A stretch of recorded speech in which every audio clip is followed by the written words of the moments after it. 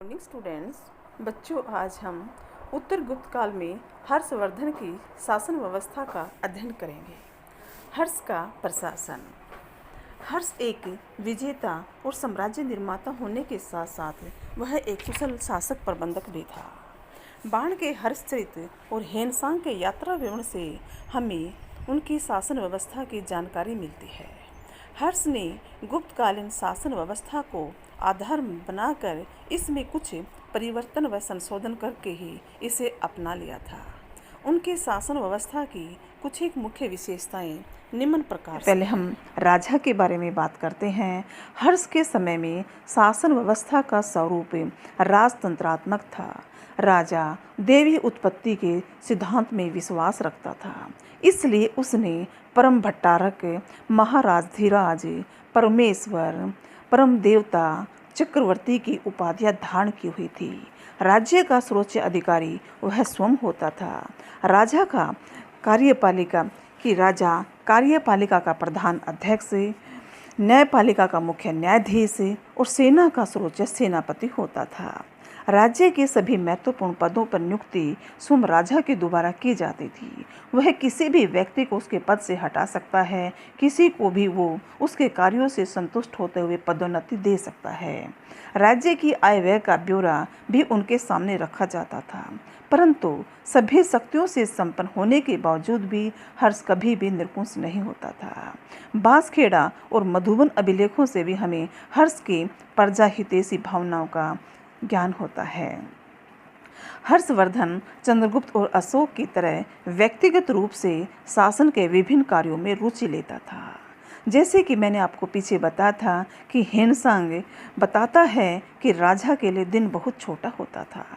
उसने दिन को 3 भागों में बांट रखा था, जिसमें एक भाग में वह प्रशासनिक कार्यों तथा शेष 2 भागों में वह धार्मिक व प्रजा के हित के लिए कार्य करता था। वह कभी कभी तो इन कार्यों में इतना व्यस्त हो जाता था कि खाना पीना व सोना भी भूल जाता था। बाण ने उनकी तुलना विष्णु, पशुपति इंद्र व कुबेर से की है। उनके प्रशासन का मुख्य आधार प्रजा को सुखी बनाना था। मंत्री परिषद। सम्राट को सहायता देने के लिए एक मंत्री परिषद की भी नियुक्ति की गई थी। मंत्रियों को उस काल में सचिव या अमात्य कहा जाता था। मंत्री परिषद का उल्लेख बाण या हेनसांग दोनों के विवरणों से हमें मिलता है। उत्तराधिकार जैसे महत्वपूर्ण प्रश्नों पर मंत्री परिषद की राय लेना आवश्यक समझा जाता था। हर्ष का प्रधानमंत्री उसका ममेरा भाई भंडी था। अवंती उसका विदेश मंत्री, सिंहनाद उसका प्रधान सेनापति। विदेश सचिव को महासंधि विग्रह भी कहा जाता था। कुंतल अश्वारोही सेना का, स्कंदगुप्त हाथी सेना का प्रधान था। योग्य और ईमानदार व्यक्तियों को भी उस समय मंत्री परिषद में स्थान दिया जाता था। हेनसांग के वर्ण से हमें पता चलता है कि साधारणतः कर्मचारियों और मंत्रियों को नगद वेतन नहीं मिलता था, बल्कि उन्हें भूमि का कुछ भाग दे दिया जाता था।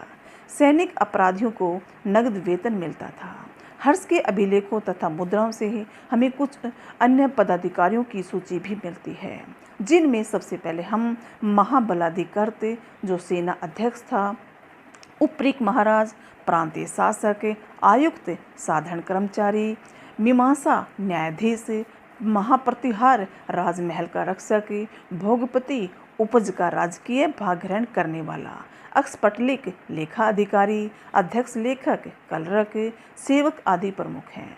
लेखक को कई जगह दीवर भी कहा गया है। हेनसांग के अनुसार इन अधिकारियों का प्रशासन में महत्वपूर्ण स्थान होता था। प्रांतीय शासन। प्रशासनिक सुविधा की दृष्टि से हर्ष ने अपने पूरे साम्राज्य को अनेक प्रांतों में बांटा हुआ था। इन प्रांतों को उस समय भुक्ति कहा जाता था। प्रांतीय शासक को उपरीक महाराज या गोप्ता कहा जाता था। प्रमुख प्रांतों में यह पद राज परिवार से संबंधित व्यक्ति को या राजकुमारों को ही दिया जाता था। मधुबन तथा बांसखेड़ा के अभिलेखों में श्रावस्ती तथा अहिच्छत्र भुक्तियों का उल्लेख हमें मिलता है। आगे प्रांतों को विषयों में बांटा गया था, जिसका प्रधान विषपति होता था। इसकी नियुक्ति सम्राट के द्वारा होती थी। प्रांतों के कुछ प्रमुख नगरों में विषयपतियों की अदालतें भी लगती थी। प्रांतों और जिलों के अनेक पदाधिकारियों के नाम भी मिलते हैं, जिनमें दंडपासिक जो पुलिस अधिकारी था, नगर श्रेष्ठी नगर के पूंजीपतियों का प्रतिनिधि था, सार्थवाह कारखानों का प्रतिनिधि था, कायस्थ लेखकों का प्रतिनिधि था। कि इससे आगे हम देखते हैं कि जो जिले हैं या विषय हैं, विषय को कई पाठक में बांटा हुआ था। पाठक तहसील की तरह होती थी और पाठक के बाद आगे गांव होते थे कि पाठकों को आगे गांव में बांटा गया था। ग्राम शासन की सबसे छोटी प्रशासनिक इकाई थी। ग्राम शासन का प्रधान ग्रामक्ष पटलिक कहा जाता था। गांव के स्थानीय शासन में अनेक पदाधिकारी कि अपने गांव के मुखिया की प्रशासनिक कार्यों में सहायता करते थे। गांव की यह व्यवस्था तथा उसके संचालन विधि गुप्त काल से ही चली आ रही थी। आय व्यय राज्य की आय का मुख्य साधन भूमि कर था। यह उपज का छठा भाग लिया जाता था। इसके अलावा ताम्रपत्रों में दो अन्य करों हिरण्य और बलि कर का भी वर्णन मिलता है। हिरण्य कर नगद लिया जाने वाला कर था। शायद यह कर व्यापारी देते थे। बलि के बारे में हमें कोई ज़्यादा से जानकारी नहीं मिलती। शायद यह कोई धार्मिक कर होगा। इन करों के अलावा व्यापारिक मार्गों, घाटों, बिक्री की वस्तुओं आदि पर भी कर लगता था। हिंसा के अनुसार सरकारी आय को 4 भागों में बांटा गया था। एक भाग सरकारी कार्यों पर, दूसरा भाग राजकीय पदाधिकारियों के वेतन में, तीसरा भाग विद्वानों को पुरस्कार देने में, चौथा भाग विभिन्न समुदायों को दान देने में खर्च होता था। न्याय व्यवस्था हर्ष ने एक सुसंगठित न्याय व्यवस्था का गठन किया था। राजा न्याय की अंतिम शक्ति होता था। हिंसांग ने बताया है कि सरकारी शासन ईमानदारी से होता था कि इस समय अपराधी वर्ग बहुत छोटा था, फिर भी राज्य में अपराध होते थे, जिसके लिए हर्ष ने कठोर दंड व्यवस्था का प्रावधान रखा हुआ था। राजद्रोह के लिए आजीवन कारावास का दंड मिलता था। सामाजिक और नैतिक नियमों का उल्लंघन करने वालों को अपराधी के अंग भंग कर दिए जाते थे। उनका नाक, कान, हाथ, पैर, जीभ काट दिए जाते थे या देश निकाला या वनवास का दंड भी उस समय दिया जाता था। साधारण अपराधों के लिए जुर्माने लगाए जाते थे। अपराधी को अपने अपराध या अपने को निर्दोष सिद्ध करने के लिए जल, अग्नि, विष की परीक्षाएं भी देनी होती थी। कुछ विशेष अवसरों पर बंदियों को मुक्त करने की प्रथा भी थी। राज्य में शांति और व्यवस्था बनाए रखने के लिए पुलिस विभाग की भी स्थापना उस समय की हुई थी। पुलिस कर्मियों को उस समय भाट कहा जाता था। कि हम देखते हैं कि इतनी कठोर दंड व्यवस्था होने के बावजूद भी हिंसांग ने बताया है कि जल और स्थल दोनों ही मार्ग सुरक्षित नहीं थे। हमेशा डाकुओं का भय बना रहता था। सोम हिंसांग को डाकुओं ने 2 बार लूट लिया था। सैन्य व्यवस्था यह सैनिक प्रबंध अपने विशाल साम्राज्य की रक्षा के लिए हर्ष ने एक विशाल सेना का गठन किया था। बाण ने हर्षत्रित या हिंसांग के विवरणों से हमें इसकी जानकारी मिलती है। कुछ विद्वानों के अनुसार हर्ष के पास एक विशाल स्थायी सेना थी जिसकी संख्या 6 लाख थी। हिंसांग के अनुसार उसकी सेना में 1 लाख घुड़सवार और 60,000 बच्चों हाथी थे। पैदल सैनिकों की संख्या बच्चों इससे भी ज़्यादा थी। कि यह सेना शायद सामंतों या अधीन राजाओं के द्वारा गठित की गई थी या संगठित की गई थी। कि सामंत बच्चों वो होते थे जो एक राजा या सम्राट के अधीन राजा होते थे। एहुल अभिलेख से भी हमें इसकी जानकारी मिलती है। साहित्य में हर्ष की चतुरंगिणी सेना का विवरण भी हमें मिलता है, लेकिन वास्तव में इस समय सेना के मुख्य 3 ही अंग थे, जिसमें पहला पैदल, दूसरा अश्वारोही, तीसरा हंससवार या हाथी सेना। युद्ध में रथों का महत्व इस समय तक कम हो गया था। हर्षत्रित में अस्त्र शस्त्रों का वर्णन भी किया गया है। सेना के अस्त्र शस्त्रों को सुरक्षित रखने के लिए एक विभाग भी बनाया गया था, जिस विभाग को रणभंडागार अधिकरण कहते थे। कि सेना विभाग का सबसे बड़ा अधिकारी महासंधि विक्रक कहा जाता था या कहलाता था। सैन्य संचालन का मुख्य अधिकारी महाबलाधिकृत होता है। उसके अधीन अनेक छोटे छोटे कर्मचारी भी होते थे। सार्वजनिक हित के कार्य या जन कल्याण कार्य कहें जिसे हम, अशोक के साथ हर्ष ने भी अनेक सार्वजनिक हित के लिए कार्य किए थे। उसने बहुत से बौद्ध विहार, चैत्य, स्तूप, मंदिर, धर्मशालाओं का निर्माण करवाया था। उसने अनेक परोपकारी और धार्मिक संस्थाओं का भी निर्माण करवाया था। उसने शिक्षा का भी अच्छा प्रबंध किया। नालंदा विश्वविद्यालय को काफ़ी आर्थिक सहायता दी। धर्मशालाओं में यात्रियों के ठहरने और भोजन की मुफ्त व्यवस्था की थी। रोगियों के उपचार के लिए औषधियों तथा औषधालयों की भी व्यवस्था की गई थी। हर्ष के प्रजाहितकारी कार्यों से शांतिकालीन कार्यों की प्रशंसा करते हुए कि डॉक्टर आर.पी. त्रिपाठी ने लिखा है, हर्ष एक विजेता तथा शासक के रूप में तो महान था ही, साथ में वह शांतिकालीन कलाओं में और अधिक महान था, जिनकी विजय युद्ध की विजयों से भी कम विख्यात नहीं थी। हर्ष का धर्म। हर्षचरित एवं हिंसांग के विवरण से हमें पता चलता है कि हर्षवर्धन अपने पूर्वजों की भांति पहले बौद्ध धर्म का अनुयायी नहीं था। जब हर्ष अपनी बहन राश्री को ढूंढने विंध्याचल की तरफ गया तो दिवाकर नामक बौद्ध भिक्षु से उनकी मुलाकात हुई। वह उससे काफ़ी प्रभावित हुआ और बाद में हिंसांग के प्रभाव में आकर उसने बौद्ध धर्म की महायान शाखा को अपना लिया। अशोक और कनिष्क की भांति उसने भी बौद्ध धर्म के प्रचार प्रसार के लिए अनेक कार्य किए। जैसे कि सबसे पहले वो हर्ष ने अपने राज्य में पशु वध पर प्रतिबंध लगा दिया। उसने बौद्ध भिक्षुओं की आर्थिक सहायता की। उसने बड़ी संख्या में स्तूपों और विहारों का निर्माण करवाया। बौद्ध धर्म में आए हुए मतभेदों को दूर करने के लिए अपने शासनकाल में प्रतिवर्ष सभाओं का आयोजन किया। इस अवसर पर धर्म में एकता लाने के लिए उसने कठोर नियम भी बनाए। अशोक तथा कनिष्क की तरह बौद्ध धर्म का प्रचार करने के लिए विदेशों में अनेक धर्म प्रचारक भी भेजे कि उस समय के प्रसिद्ध बौद्ध विश्वविद्यालय गांव को लगान मुक्त जमीन भी उन्हें दान में दी हुई थी। इस प्रकार हर्ष ने बौद्ध धर्म की उन्नति के अनेक प्रयास किए हुए थे। धार्मिक सहनशीलता।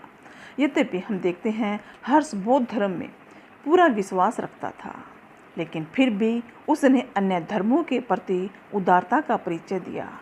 हर्षचरित में कई स्थानों पर ब्राह्मणों के प्रति उसकी उदारता का उल्लेख हुआ है।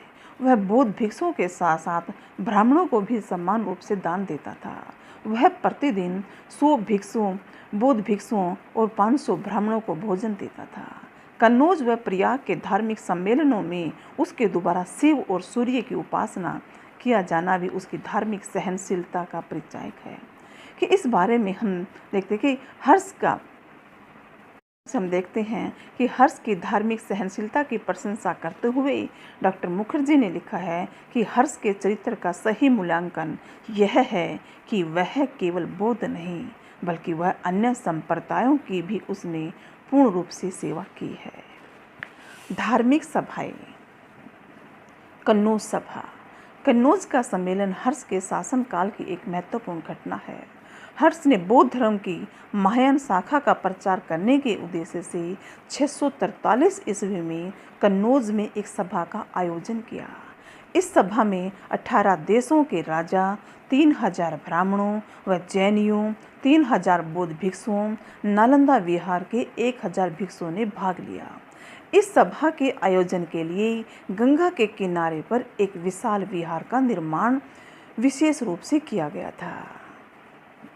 इस सम्मेलन की अध्यक्षता हिंसांग के द्वारा की गई और कार्यवाही की शुरुआत हर्षवर्धन के भाषण के द्वारा की गई। हिंसांग ने महायान के सिद्धांतों के विषय में भाषण दिया और घोषणा की कि यदि कोई मेरे प्रस्ताव में एक शब्द भी तर्क वितर्क प्रमाणित कर दे अथवा वाद विवाद में शंका उत्पन्न कर दे तो मैं अपने प्रतिद्वंदी के अनुरोध पर अपना सिर काट दूंगा। लेकिन हर्ष ने हिंसांग की रक्षार्थ घोषणा की, यदि कोई व्यक्ति हिंसांग को हानि पहुंचाएगा या उसे कोई प्राण दंड दिया जाएगा तो उनके विरुद्ध कोई भी बात करेगा तो उसकी जीभ काट ली जाएगी। कहा जाता है कि कुछ व्यक्तियों ने हेनसांग की हत्या करने का प्रयास किया, लेकिन हर्षवर्धन को इसकी समय रहते जानकारी मिल गई थी। इस कारण हर्ष ने पहले ही घोषणा कर दी थी कि इस प्रकार इस सभा में कोई धार्मिक वाद विवाद नहीं हुआ था, कि अंत में हेनसांग का बहुत सम्मान किया गया और 18 दिन तक यह सभा चलती रही। हेनसांग ने इस महासभा में महानता की श्रेष्ठता को प्रमाणित कर लिया था कि उसे महायान देव या मोक्ष देव की उपाधियों से भी अलंकृत किया गया। प्रयाग की सभा हेनसांग के अनुसार हर्ष अपने शासनकाल में हर 5वें वर्ष प्रयाग जैसे पवित्र स्थान पर एक समारोह करता था। इसे महामोक्ष परिषद कहा जाता था।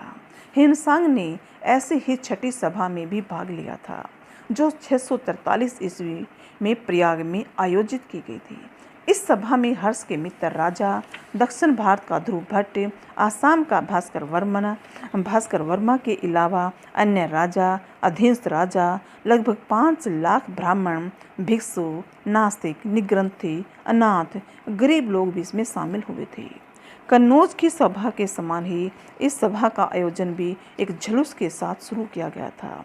इसी उद्देश्य के लिए उनमें महात्मा बुद्ध की मूर्ति स्थापित की गई थी और खूब दान दिया गया था। कि इस प्रकार दूसरे दिन हम देखते हैं शिव और तीसरे दिन सूर्य की मूर्तियां स्थापित की गई थी। प्रत्येक दिन दान भी दिया जाता था। चौथे दिन 10,000 बौद्ध भिक्षुओं को सोने की मुद्राएं, वस्त्र आदि बांटे गए। इसके बाद 20 दिनों तक ब्राह्मणों को और अगले 10 दिन तक जैन व अन्य मत के अनुयायियों को दान दिया गया। इसके बाद 30 दिन तक अनाथों व गरीबों को दान दिया गया। इस प्रकार 75 दिनों तक यह सभा चली और इस प्रकार हम कहते हैं कि दान करते हुए हर्ष का पूरा राजकोष खाली हो गया।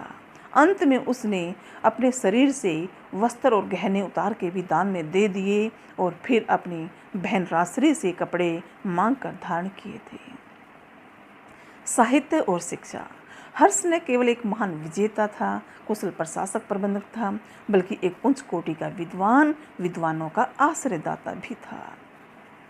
प्राचीन भारत के अनेक राजाओं की तरह हर्ष का शासनकाल भी विद्या, ज्ञान, साहित्य के लिए विख्यात था। वह स्वयं उच्च कोटि का कवि व साहित्यकार था। उसने स्वयं 3 नाटक लिखे थे, जिसमें रत्नावली, प्रियदर्शिका, नागानंद था। बाण भट्ट ने उन्हें सुंदर काव्य रूप दिया था। 11वीं सदी के लेखक सोहेल ने भी हर्ष को कविंदर कहा है, लेकिन कुछ विद्वान हर्षवर्धन की रचनाओं पे शंका उठाते हैं, वो विश्वास नहीं करते। बांसखेड़ा के दान पत्र में हर्ष के कलात्मक हस्ताक्षर उसकी चित्रकला के प्रति रुचि को भी स्पष्ट करते हैं। उसने अपने राज्य में शिक्षा को भी संरक्षण दिया हुआ था। उसने अपने राज्य में अनेक मंदिरों, मठों का निर्माण करवाया था, जो शिक्षा के मुख्य केंद्र बन गए थे। मंदिर प्रारंभिक शिक्षा का और मठ उच्च शिक्षा का केंद्र था। प्रत्येक मठों में अलग अलग विषय पढ़ाए जाते थे। गया का मठ धर्म की शिक्षा के लिए, तक्षशिला का मठ चिकित्सा विज्ञान की शिक्षा के लिए प्रसिद्ध था। नालंदा विश्वविद्यालय हर्ष के समय का सबसे प्रसिद्ध विश्वविद्यालय था। उस समय इस विश्वविद्यालय में भारत और विदेशों से लगभग 10,000 विद्यार्थी शिक्षा ग्रहण करते थे। उन्हें पढ़ाने वाले शिक्षकों की संख्या लगभग 1510 थी। इससे यह पता चलता है कि हर्ष एक अच्छा योद्धा, अच्छा प्रशासक, एक अच्छा रचनाकार, कवि, विद्वान एवं विद्वानों का आश्रयदाता भी था। उसने भारत में शिक्षा व साहित्य के विकास के लिए अनेक महत्वपूर्ण कार्य किए थे। इस प्रकार बच्चों, आज हमने हर्षवर्धन के शासनकाल का अध्ययन किया है। इसके आगे हम नेक्स्ट पार्ट में करेंगे। धन्यवाद।